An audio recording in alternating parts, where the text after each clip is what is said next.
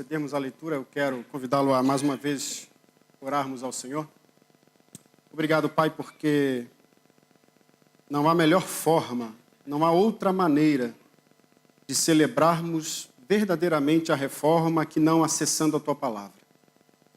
E que, de fato, ela possa produzir vida, ela possa nos libertar de toda e qualquer opressão, toda e qualquer alienação que nos faça perder o sentido da nossa vida, quer seja aquelas que vêm de fora, ou quer sejam aquelas que são construídas pelo nosso próprio coração. Que a Tua Palavra produza vida em nós, que a Tua Palavra produza sentido para a nossa existência, e nos mude, e nos conduza cada vez mais à Tua presença, ao compromisso contigo, com o Teu reino e com a Tua obra aqui nesse mundo. Obrigado porque podemos abrir a Tua Palavra com liberdade, e pedimos que na liberdade do Espírito ela possa alcançar os nossos corações. Em nome de Jesus. Amém. Atos, capítulo 4, a partir do versículo 1, nos diz: enquanto eles estavam falando ao povo, chegaram os sacerdotes, o capitão dos guardas do templo e os saduceus, muito incomodados porque os discípulos ensinavam o povo e anunciavam em Jesus a ressurreição dentre os mortos. Então os prenderam e os colocaram na prisão até o dia seguinte, pois já era tarde. Contudo, muitos dos que ouviram a palavra creram, e o número dos homens que creram aumentou para quase 5.000. No dia seguinte, reuniram-se em Jerusalém as autoridades, os líderes religiosos e os escribas, e também o sumo sacerdote Anás, Caifás, João, Alexandre e todos os parentes do sumo sacerdote. E colocando-os diante de si, perguntaram-lhes: com que poder ou em nome de quem fizestes isso? Então Pedro, cheio do Espírito Santo, lhes disse: autoridades do povo e vós, líderes religiosos, se hoje somos questionados acerca do benefício feito a um doente e pelo modo como foi curado, seja do conhecimento de todos vós e de todo o povo de Israel que, em nome de Jesus Cristo, o Nazareno, aquele a quem crucificastes e a quem Deus ressuscitou dentre os mortos, sim, por meio desse nome, este homem está aqui com boa saúde diante de vós. Este Jesus é a pedra rejeitada por vós, os construtores, a qual foi colocada como pedra angular. E não há salvação em nenhum outro nome, pois debaixo do céu não há outro nome entre os homens, pelo qual devamos ser salvos. Era um tempo interessante para a igreja. Passados aqueles momentos duros, difíceis, de medo, de ansiedade, de angústia por conta da morte violenta de Jesus, os discípulos agora encontram-se inspirados, literalmente inspirados pelo Espírito, renovados em sua esperança por testemunharem tão grande libertação, por verem o seu mestre vencer a morte e vencer todas as possibilidades de morte que haviam ou que existiam no contexto em que aqueles homens viviam. O coração cheio de graça, a alma cheia do Espírito, leva-os a proclamar, a anunciar o Evangelho. E é isso que fazem. É isso que Pedro, João e os demais irmãos em Cristo fazem. Pedro testemunha do amor de Cristo, várias pessoas se convertem, anuncia que a salvação só há em Jesus.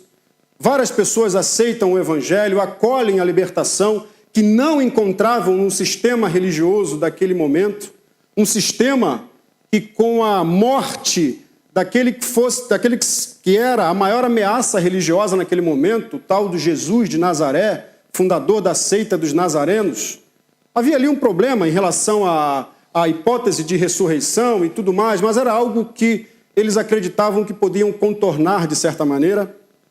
Fortaleceram as tradições religiosas naquilo que era chamado do judaísmo do segundo templo, né? Com todas as práticas, com todas as obrigações legais, com todas as responsabilidades religiosas que todos deveriam cumprir. Mas, na verdade, também naquele momento, o sistema religioso judeu era fortalecido por uma aliança nefasta com o sistema de governo romano. O sacerdócio, o templo, as práticas litúrgicas haviam sido corrompidas pela política de poder do Império Romano. O império que naquela altura, o governador romano que naquela altura determinava quem deveria ser o sumo sacerdote, ou quem deveriam ser os sumos sacerdotes. A corrupção era grande. O enriquecimento ilícito por conta da religião, em nome do Deus do povo, o povo era explorado pelos seus inimigos. Deus servia ao poder político. Deus, o nome de Deus, servia para os interesses escusos de homens. Paralelamente a isso, o evangelho era pregado. E num episódio muito interessante, o capítulo 3 de Atos nos chama a atenção para isso. Pedro e João, enquanto subiam as escadarias do templo, e segundo a narrativa do próprio Lucas, eles tinham as reuniões em casa, mas também se reuniam no templo. Era uma forma, nas orações, de testemunhar o amor de Cristo, não é? E faziam isso frequentemente. E numa dessas idas ao templo, encontram um coxo, um aleijado nas escadarias do templo, que pede para que aqueles homens pudessem abençoá-lo, lhe dar-lhe alguma coisa. E conhecemos bem a afirmação de Pedro, não é? Não temos ouro, não temos prata, mas o que eu tenho eu te dou. Em nome de Jesus, levanta e anda. O milagre acontece. O milagre chega aos ouvidos dos líderes religiosos. Logo em seguida, Pedro, inspirado por esse testemunho, faz mais um discurso. Ali no Pórtico de Salomão, milhares de pessoas ouvem, muitos homens e mulheres, o registro apenas aos homens por uma questão cultural, claro. Estavam próximos, mas no templo apenas os homens. E aqueles homens ouvem o evangelho, milhares de pessoas ouvem o evangelho, e Pedro afirma: Jesus Cristo, aquele que ressuscitou dos mortos, esse que foi profetizado, esse que o Antigo Testamento anunciou, Deus o ressuscitou e o enviou para trazer vida, para trazer libertação, desviando-nos das nossas maldades. Pessoas se converteram. Isso chega aos ouvidos da liderança, como eu acabei de dizer, e já causa talvez o primeiro grande choque entre os discípulos de Jesus e a religião instituída no período posterior à morte e ressurreição do Mestre. No texto que nós lemos, então, vemos que quando eles estão falando ao povo, chegam ali no versículo 1, os sacerdotes, obviamente os líderes, os religiosos que eram responsáveis pela manutenção da ordem religiosa. Chega também o chefe, o capitão das guardas do templo, ou sagã, ou seja, era o segundo em hierarquia, depois do sumo sacerdote. O capitão do templo, quando era chamado, era exatamente para colocar a coisa em ordem. E ele vem com autoridade política religiosa, e aparecem também os saduceus. É interessante chamarmos a atenção para a referência aos saduceus, porque os saduceus eram um partido, religioso judeu, um partido que já existia durante muito tempo. Segundo Ezequiel 40, eram discípulos ou descendentes de Zadok, por isso o nome, e do sacerdote Zadok, e eram, naquela altura, o grupo religioso ou o partido mais ligado ao Império Romano. Por consequência disso, os saduceus eram ricos. Eram pessoas que não tinham nenhum compromisso com a tradição religiosa, mas muito compromisso com o governo romano. Eram os burgueses da época. E eram exatamente os saduceus que coordenavam o sistema de colocação, de convocação dos sacerdotes e também do sumo sacerdote. Ou seja, o sacerdócio ou os sacerdotes eram cargos favorecidos pela política que os saduceus tinham com os romanos. E os saduceus, ao contrário dos fariseus, que estavam entre o povo, era um partido, era o grupo do povo, daqueles que militavam buscando pureza entre o povo, os saduceus não acreditavam em toda a revelação do Antigo Testamento, criam apenas no Pentateuco. Ou seja, criam nos 5 primeiros livros da revelação, ou a Torá, Obviamente, quando se falava de ressurreição, de vinda do Messias e de outras coisas assim, para eles isso era heresia. Não acreditavam na ressurreição, não acreditavam na vinda corporal de um Messias naquele momento como libertador do povo. E a mensagem de Pedro era exatamente uma mensagem de protesto. Esse que Deus ressuscitou dentre os mortos. Esse é o Filho de Deus. E hoje ele faz isso com os outros, mortos em seus pecados e em sua existência. Ele os ressuscita. A mensagem do apóstolo não era apenas a mensagem que anunciava a vida, mas que protestava contra o sistema religioso que alienava as pessoas de Deus. Isso gerou fúria. Isso gerou revolta. E eles então chamam os apóstolos, porque eles estavam muito incomodados com aquilo que que eles ensinavam ao povo e que anunciavam em Jesus a ressurreição dentre os mortos, diz o versículo 2. É interessante porque os convocam, prendem, porque já era tarde, não é? Eles só poderiam fazer o julgamento no outro dia, mas é interessante que Lucas faz aqui abre aqui um parêntese para dizer no versículo 3 que mesmo diante da perseguição e da prisão, muitos que ouviram a palavra creram, e o número deles aumentou para quase 5.000. Aleluia! O evangelho era pregado e as pessoas eram libertas de toda opressão. Mas, parênteses, volta Lucas a narrar no momento em que eles chegam para se reunir diante do Sinédrio. O Sinédrio era composto de 72 homens, e para além do Sinédrio, segundo Lucas, estão ali as autoridades, os líderes religiosos e os escribas, ou os gramateus. Eram aqueles que se preocupavam com a manutenção litúrgica, aqueles que se preocupavam com a doutrina e aqueles que se preocupavam com a ordem religiosa. Os conselheiros, sábios, todos estavam ali para julgar. Todos aqueles que conheciam a palavra, que defendiam a palavra e que ensinavam a palavra, corrigiam os desvios da palavra, reuniram-se para condenar, para julgar aqueles homens. Mas Lucas também chama a atenção no versículo 6, que estavam ali o sumo sacerdote Anás, o sumo sacerdote Caifás, João, Alexandre e todos os seus parentes. Anás já não era sacerdote há bastante tempo. Agora era o seu genro, Caifás, que era sumo sacerdote. Mas para o Império Romano, o homem carismático e o homem que conectava a política romana com a religião judaica era Anás. Então nós tínhamos 2 sumos sacerdotes, para mostrar a intensidade da corrupção religiosa que havia em Israel naquela altura. Todos eles ali para julgar, e colocando diante de Pedro uma pergunta, no versículo 7. Com que poder ou em nome de quem fizeste isso? Ou seja, é como se ele fizesse uma pergunta direta, e nós podemos inferir isso do texto original. Quem vocês pensam que são para fazer o que estão a fazer? Vocês não sabem que aqui, só quem pode ou quem tem autoridade instituída para isso é o sumo sacerdote? Quem vocês pensam que são? É a pergunta direta feita por eles.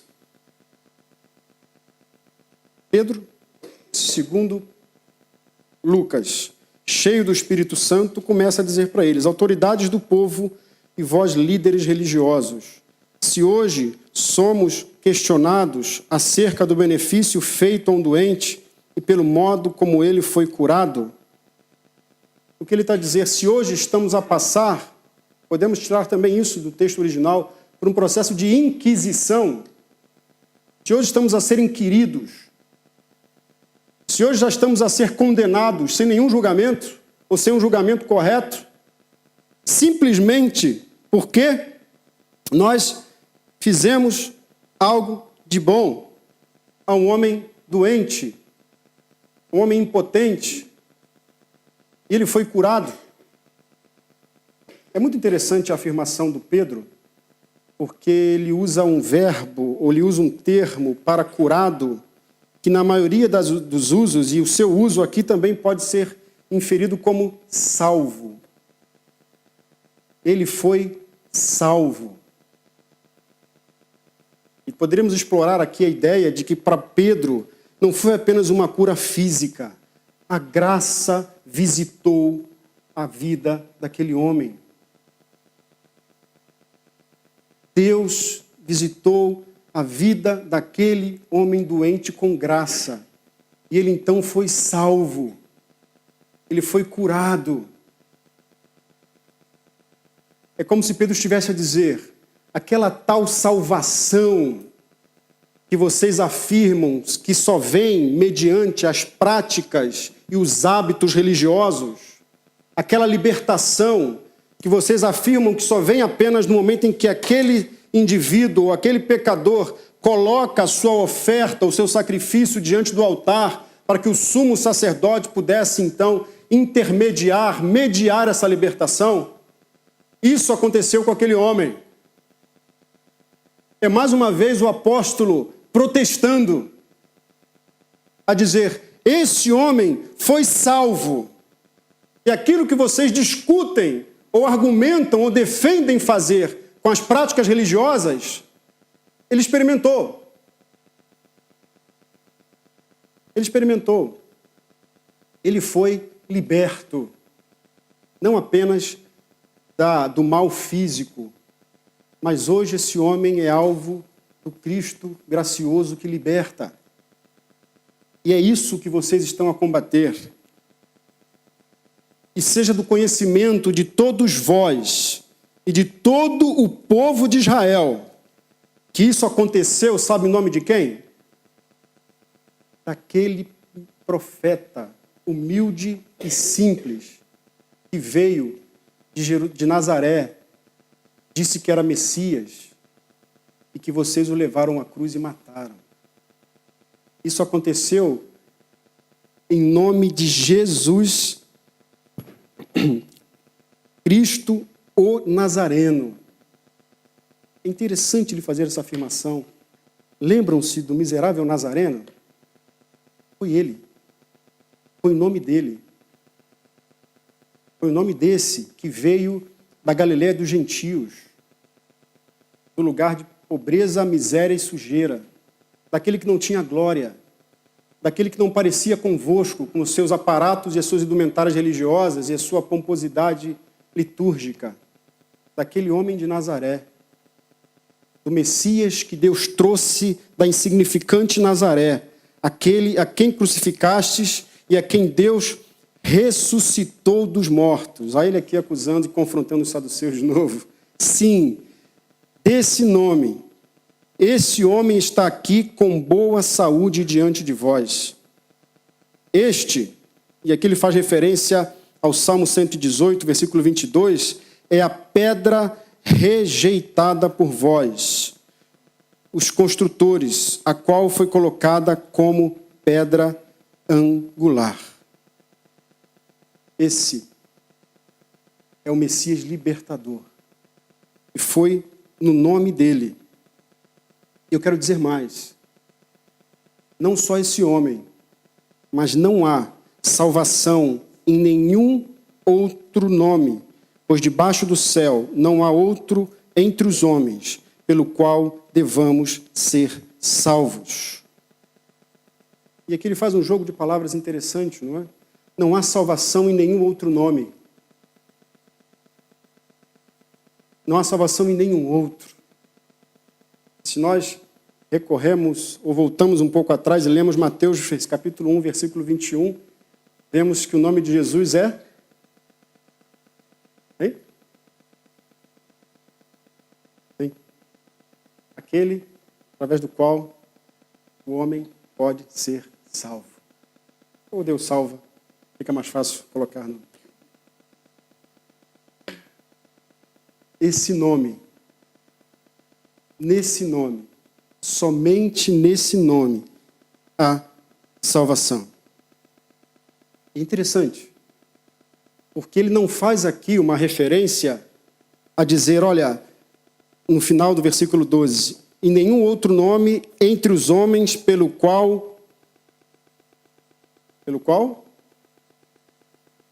devamos ser salvos. Ué, mas não é podemos? Não é podemos ser salvos? Não, não é podemos ser salvos. Devemos ser salvos. Porque esse homem cumpre o projeto do Deus Todo-Poderoso, que foi vir ao mundo trazer salvação para todos os homens. E o desejo dele é que todos sejam salvos. O desejo dele não é que alguns possam e outros não. O desejo dele é que todos os homens devem ser salvos. E foi por isso que ele enviou o seu filho. Foi por isso que ele trouxe o seu filho ao mundo. Foi por isso, somente por isso, para que nós, alienados de Deus, condenados, mortos em nossos delitos e pecados, encontremos salvação. E a mensagem do Deus para nós é: nós devemos buscar a salvação nele, porque só nele temos salvação.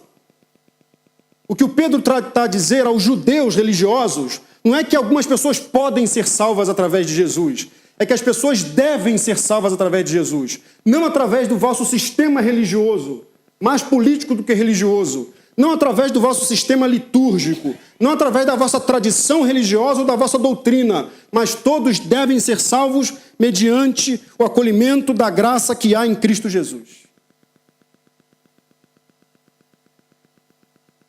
Não são vocês, com seus sistemas religiosos, que produzem salvação. A salvação vem porque ela é um desejo de Deus para todos aqueles que foram criados por Ele. A salvação, o reencontro, o conhecimento pleno de Deus, a reconexão de vidas que estão alienadas do Pai com aquele que produz vida em abundância, só pode e só deve ser realizada mediante Cristo Jesus. O vosso sistema religioso de nada vale. O vosso sistema religioso, por mais sofisticado, por mais aparatoso, por mais belo e por mais interessante que seja, produz alienação. Somente em Cristo só, nós podemos experimentar a cura. E aqui ele usa mais uma vez o mesmo verbo que usou para curado lá, para que sejamos salvos. Para que sejamos salvos. Da mesma maneira, foi que o nosso irmão Martinho Lutero enxergou a religiosidade do seu tempo. Da mesma maneira, o nosso irmão, inspirado pelo Espírito, iluminado pela graça de Deus, reconheceu todo aquele sistema onde ele viveu e sobreviveu durante muito tempo, não trazia salvação.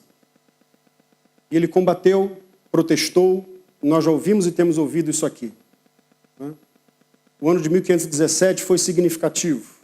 Logo no começo do ano, quer dizer, logo no início da segunda metade do ano, 4 de setembro, nosso amigo e irmão Martinho Lutero publica 97 teses contra a teologia que era publicada, ou que era defendida naquela altura.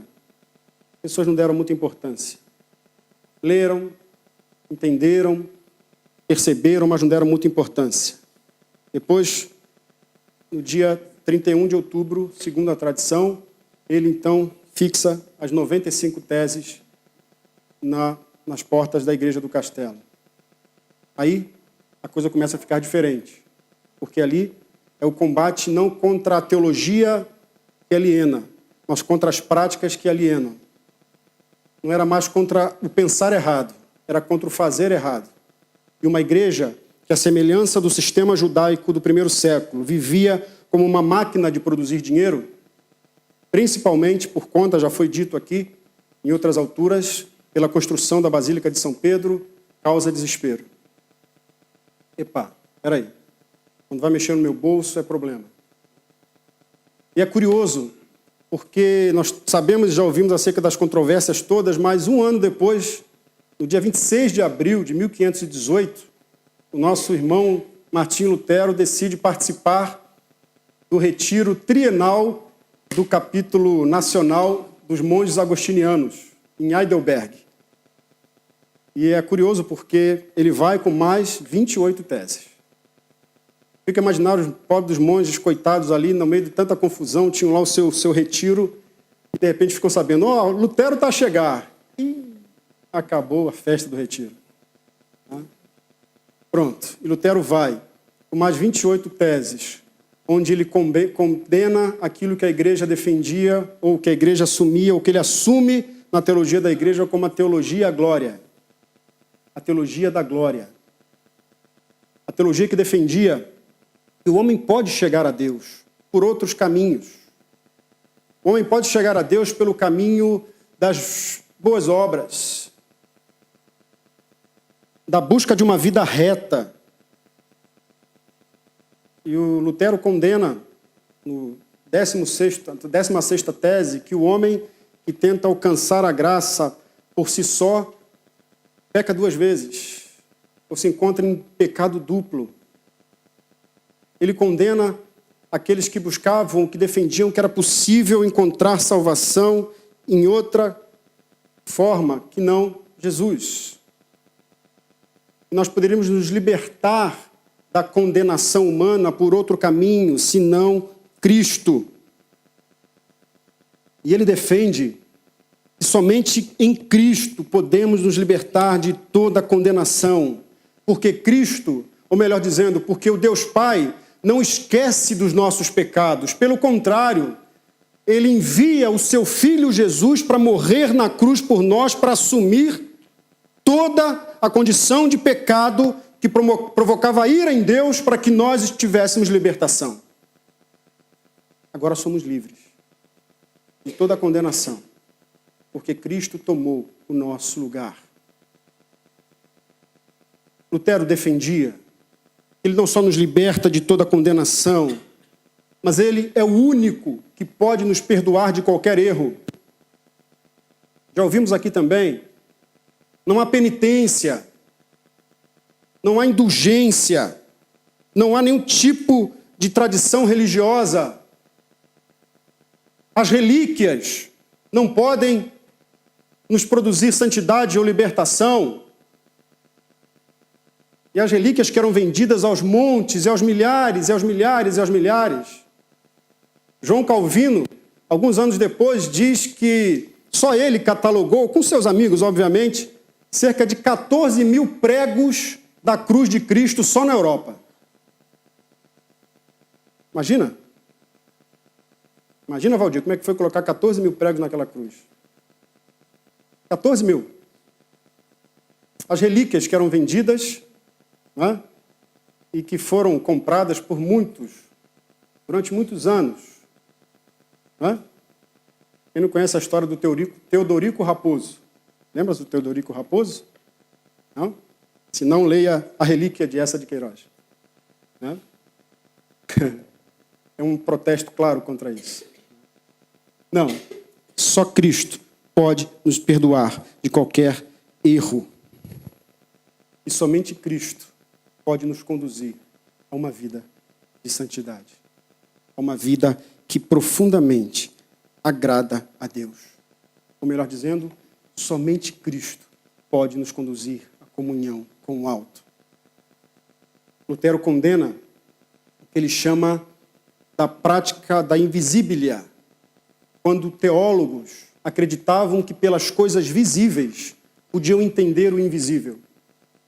Quando teólogos em universidades ao redor da Europa defendiam que pelo conhecimento natural, pelo seu conhecimento através da especulação, baseado em Aristóteles, em Platão, eles poderiam chegar ao conhecimento de Deus. E defendiam isso, e publicavam suas teses, se colocavam como autoridades. E ele diz, o teólogo que acha que pode enxergar Deus, ou o divino, ou o invisível, através das coisas visíveis, ele é um louco, é um insano. Bom, essas são as palavras que eu posso dizer aqui sem ser apedrejado. Lutero usou outras muito mais impróprias para o momento. Não é? Ele dizia que somente através de Cristo, somente através do sofrimento da cruz, nós podemos perceber com clareza as coisas invisíveis e as coisas visíveis. Somente através do sacrifício de Cristo nós podemos compreender Deus e compreender a realidade que nos cerca. Ele defende então a teologia da cruz, que, sem dúvida alguma, é um dos fundamentos, um dos maiores, um dos principais fundamentos da teologia protestante do qual somos herdeiros. Não é a ascensão do orgulho e da vaidade que produz teologia para a glória humana que leva a Deus. É o reconhecimento da nossa impotência, da nossa limitação, da nossa fraqueza que nos conduz para baixo, para o sofrimento do Cristo, Filho de Deus na cruz, que morreu para que tivéssemos vida em abundância. O caminho para o alto é para baixo. É para o quebrantamento. É para a humilhação. É para o reconhecimento da nossa fragilidade, das nossas ambiguidades. E o reconhecimento que só em Cristo nós temos vida em abundância. Foi Nietzsche que disse que há mais ídolos no mundo do que realidades. Calvino já dizia que o nosso coração é uma fábrica de ídolos. Nós o tempo todo estamos tentados e seduzidos a colocar situações externas ou internas diante do nosso coração como aquilo que pode nos produzir sentido. E por vezes projetamos isso em espaços, em realidades que envolvem religião. Pedro diz que não. Somente em Cristo nós temos vida e vida em abundância. Somente nele podemos encontrar vida, porque esse é o desejo do alto. Esse é o desejo do Pai. Lutero disse que não é uma teologia que produz glória, mas uma teologia que produz humildade e que reconhece que o caminho para chegar a Deus é o caminho do sofrimento. Esse caminho que muitos teólogos, assim como Chesterton, por exemplo, considerou um dos principais paradoxos da vida. Mas esse paradoxo, essa contrariedade que nós, com a nossa mente racional, influenciados pela modernidade, achamos impossível compreender. E se não compreendemos, não existe. É esse paradoxo. O paradoxo da cruz que pode nos levar a Deus. Não da religiosidade mais bem construída ou mais bem desenvolvida. E segundo também, o nosso amigo Lutero, nosso irmão Lutero, nós só podemos alcançar essa graça por meio da cruz. É a cruz que dá sentido para a nossa existência. Porque é somente em Cristo que nós podemos reconhecer quem de fato nós somos e chegar àquilo que Deus de fato quer que nós sejamos. Queridos irmãos, assim como Lutero, Pedro, Paulo, os seus movimentos de protesto não foram contra o outro. Não foram contra uma realidade que estava para além deles. Era para uma realidade onde eles estavam inseridos. Era para a religiosidade em que eles estavam submetidos. Não era olhar lá para fora e dizer assim, vocês precisam. Era olhar para dentro e dizer, nós precisamos. Nós precisamos voltar o nosso coração para Deus. Eu queria encerrar fazendo uma afirmação que eu considero significativa para nós nesse tempo em que celebramos a Reforma. Nós vivemos um tempo de mudanças histórico-culturais significativas, determinantes. Nós vemos, como já foi dito aqui pelo irmão Pedro, com dor e com tragédia, o fogo que faz arder sonhos, esperanças, histórias. Mas nós vemos que o fogo do pluralismo, do secularismo, tem feito arder valores fundamentais da nossa sociedade. A família, a religião, a política. Como que num mundo líquido, valores, pessoas, esperanças e sentimentos estão a ser diluídos na nossa frente, diante de nós. Cantamos a música de um protestante que protestou, Sérgio Matos, um momento significativo da história desse país. A melhor forma que temos de celebrar a reforma é voltarmos a nossa mente, a nossa consciência para nós mesmos e perguntarmos de que maneira a minha vida hoje é uma vida de protesto. De protesto contra mim, de protesto contra o meu desejo de criar modelos de religiosidade, de imaginar Deus em uma caricatura e me relacionar com essa caricatura e não com Deus genuíno das Escrituras. Da minha tentação de criar edifícios religiosos e teológicos e me assentar sobre eles de maneira confortável, como faço todos os domingos quando venho ao culto. Quantas pessoas nesse continente foram abençoados e abençoadas pela mensagem da salvação? Mas quantas outras foram feridas, machucadas pelo discurso da religião? A pior escolha para nós pensarmos o futuro é tentarmos fazer isso tirando Deus da história. A melhor forma de nós nos reconectarmos com o nosso passado não é tirar Deus, ainda que em nome de Deus estejam todas as minhas dores e todas as minhas feridas. Tirar Deus não soluciona o meu problema. Talvez você esteja aqui a ouvir isso da minha parte e tenha profundas e feridas com religião ou com Deus. Esteja aqui por esforço de alguém ou simplesmente porque não quer magoar ninguém ou não quer magoar uma pessoa querida. E vem aqui porque o pai, ou porque a mãe, ou porque o filho ou a filha, ou porque a tradição determina. Mas o teu coração é marcado por um profundo desejo de desacreditar em tudo aquilo que eu estou a dizer agora. Eu quero te convidar a viver a experiência do Cristo que faz nova todas as coisas. E a dizer-te que não é tirando o Cristo da história, não é tirando o Cristo da tua vida que vai poder resolver esses problemas, mas sendo sincero e real diante dele, colocando as tuas dores e mágoas. Não só o sentido para a nossa vida, mas o sentido para a nossa missão. Nós não podemos olhar esse mundo derreter à nossa frente e não fazermos nada, irmão. Olharmos os valores, as pessoas, os sentidos desse continente serem diluídos de uma maneira violenta e apenas orarmos por isso. Se fazemos isso, estamos longe do sentido do que é ser protestante. Que olhemos para esse mundo tão cruel e olhemos e cantemos como cantou Sérgio, como afirmou Lutero, como determinou Pedro, Paulo e os nossos irmãos, em Cristo há libertação. Esse mundo carece de libertação. Eu creio que essa libertação verdadeira e completa só há em nome de Jesus Cristo, o nosso Salvador. Que Ele nos ajude a protestarmos contra nós, contra as nossas comodidades, os nossos confortos, os nossos discursos religiosos.